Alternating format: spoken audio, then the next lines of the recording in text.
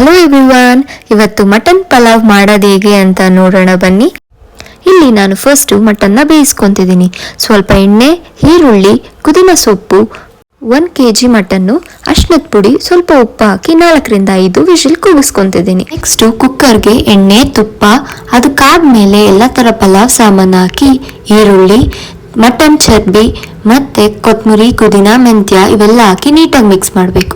Next tomato, ಉಪ್ಪು, mutton, ಅರಿಶಿನದ ಪುಡಿ, ಧನಿಯಾ ಪುಡಿ, ಖಾರದ ಪುಡಿ ಹಾಕಿ ನೀಟಾಗಿ ಮಿಕ್ಸ್ ಮಾಡಬೇಕು.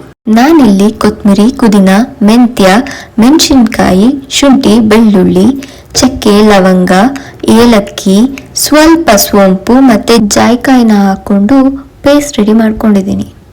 ರುಬ್ಬಿರೋ ಪೇಸ್ಟು ಮತ್ತೆ ಸ್ವಲ್ಪ ಮೊಸರು ಹಾಕೊಂಡು ಮಿಕ್ಸ್ ಮಾಡ್ಕೊಬೇಕು. ನಾನಿಲ್ಲಿ ಕಾಯಿ ಹಾಲನ್ನ ಬಳಸಿದ್ದೀನಿ.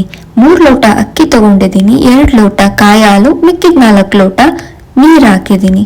ಅದು ಕುದ್ಮೇಲೆ ಅಕ್ಕಿ ಹಾಕಿ ಒಂದು ಅರ್ಧ ನಿಂಬೆಹಣ್ಣು ಹಾಕಿ ಕುಕ್ಕರ್ ಮುಚ್ಚಳ ಮುಚ್ಚಿ 1ರಿಂದ 2 ವಿಷಲ್ ಬಂದ್ರೆ ಮಟನ್ ಪಲಾವ್ ರೆಡಿ ಆಗುತ್ತೆ.